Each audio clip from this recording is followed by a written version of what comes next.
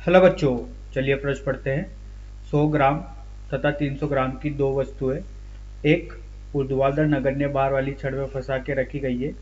पहली वस्तु पर 7 सेंटीमीटर ऊपर खिसका दी जाती है। दूसरी वस्तु को कितनी दूरी से खिसकाया जाए ताकि इसका द्रव्यमान के 1 सेंटीमीटर खिसक जाए। तो आइए बच्चों, प्रश्न के लिए सर्वप्रथम मुख्य उदाहरण की चर्चा करते हैं। तो देखिए बच्चों,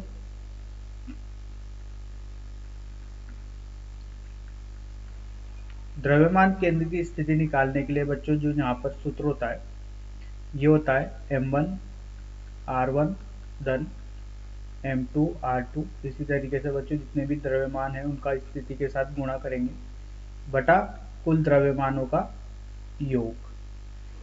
तो देखिए बच्चों, इस मुख्य उदाहरण के आधार पर प्रश्न को हल करते देखिए। यहाँ पर बताया गया है कि दो पतली छड़ है। ये छड़ एक, इसका द्रव्यमान है बच्चों 100 ग्राम और इसका है 300 ग्राम। तो देखिए बच्चों, यहाँ पर इसका कहीं ना कहीं द्रव्यमान केंद्र यहाँ पर होगा। अब बोला गया है कि पहली वस्तु छड़ पर 7 सेंटीमीटर ऊपर खिसका दी जाती है। तो बच्चों ये 7 सेंटीमीटर ऊपर खिसका दी है, ये दूरी है 7 सेंटीमीटर। ठीक है, तो अब ये कहाँ पर आ गई, यहाँ पर आ गई। ठीक है, इसका द्रव्यमान कितना था, 100 ग्राम।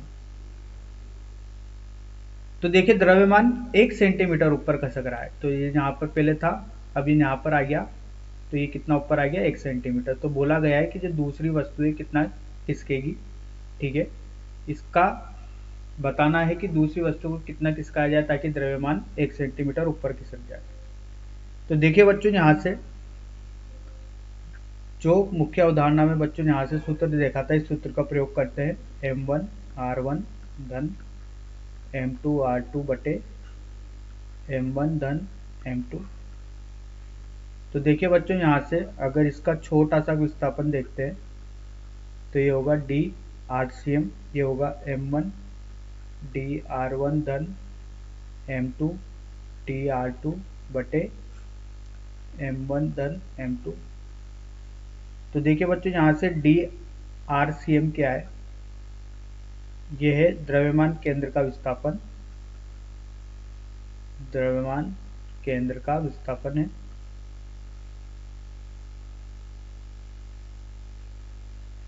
और बच्चों dr1 जो है ये है पहले द्रव्यमान में विस्थापन,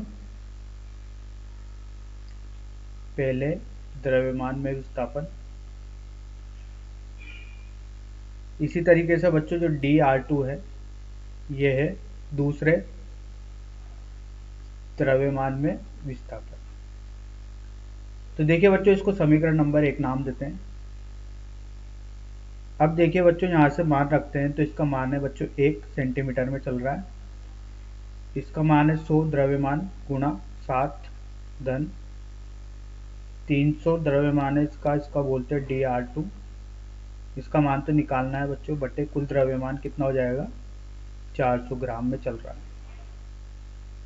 अब देखिए बच्चों, अगर आगे की स्थिति की बात की जाए तो इसको हल करने पर देखिए मिल रहा है 400 इधर चला गया, 700 तो 300, तो ये ऋणात्मक में बच्चा ऋणात्मक 300 बराबर 300 dr2।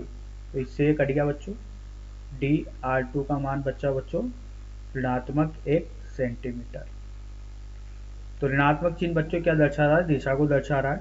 ठीक है, दिशा का मतलब क्या हो गया बच्चों, अगर ऊपर की दिशा को धनात्मक लिया है, ठीक है, अगर ये ऊपर की दिशा को बच्चों धनात्मक लिया है यहाँ पर, तो नीचे की दिशा क्या होगी बच्चों, ये ऋणात्मक होगी। देखिए बच्चों, यहाँ पर 7 सेंटीमीटर ऊपर रहे तो इसको धनात्मक लेके ही चला है बच्चों। यहाँ पर देखिए धनात्मक ही मान रखा गया। तो यहाँ पर अगर dr2 का मान ऋणात्मक आया मतलब वो किधर खसकेगा, वो नीचे की तरफ जाएगा। और वो कितना जा रहा है बच्चों, वो जा रहा है 1 सेंटीमीटर नीचे की ओर। तो यही अपने प्रश्न का उत्तर है बच्चों। आशा करता हूँ आपको समझ में आया होगा। धन्यवाद।